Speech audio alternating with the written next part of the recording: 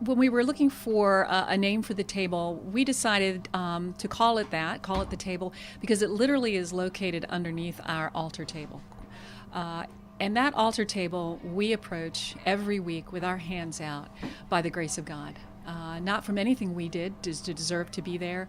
We go there seeking renewal, seeking forgiveness, seeking love, and we hope that that's what people find here. They're coming with their hands out, and we're able to meet together around that table. It's a powerful, powerful place. We developed it with an eye towards a healthier community in all aspects of life. So we don't always know why somebody comes to us. Sometimes they come because they do need food. Sometimes they come because they need fresh vegetables. Sometimes they come because they need to be with people and to share a smile and share a story. And so we have folks who will come at 5 o'clock in the morning, and they come, they tell us just because they like watching us all joke with each other and set up. But we encourage people who shop here to also volunteer here. It's the only way it can work. It's the only way we have enough volunteers. And they have brought a profound difference to the work. They teach us every day about how our community can respond to each other, what the needs are. And that's one of the things that brought to us Heritage Park.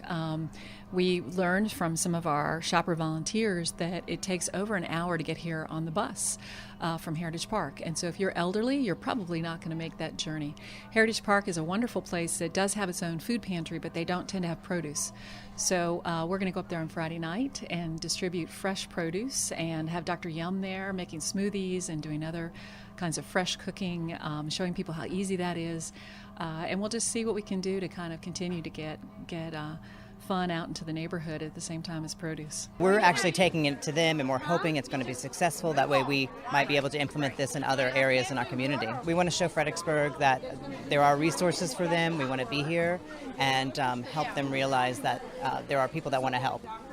Well, and you just think that there's so many people Friday night will be helped that they can't get here. All right, we're going to have a lot of different local community organizers there. Hugh Mercer Elementary School will be there. Lafayette Upper Elementary School will be there. Senior visitors from the Mental Health America, Fredericksburg will be there. So just a lot of different resources that will help that isolated community. We have wonderful, wonderful sponsors. The Honeywell family through the Community Foundation has been an enormous help to this. They've helped us by giving us the funding to buy the produce. We buy from a local farmer, actually at wholesale, what they have left at the end of a market weekend. So it's food they would take back and compost, but it's in wonderful shape. It's just not going to make it to the next market weekend. So it's a win-win. It saves food from being thrown away, and it also allows people to eat wonderful, good, fresh, healthy food.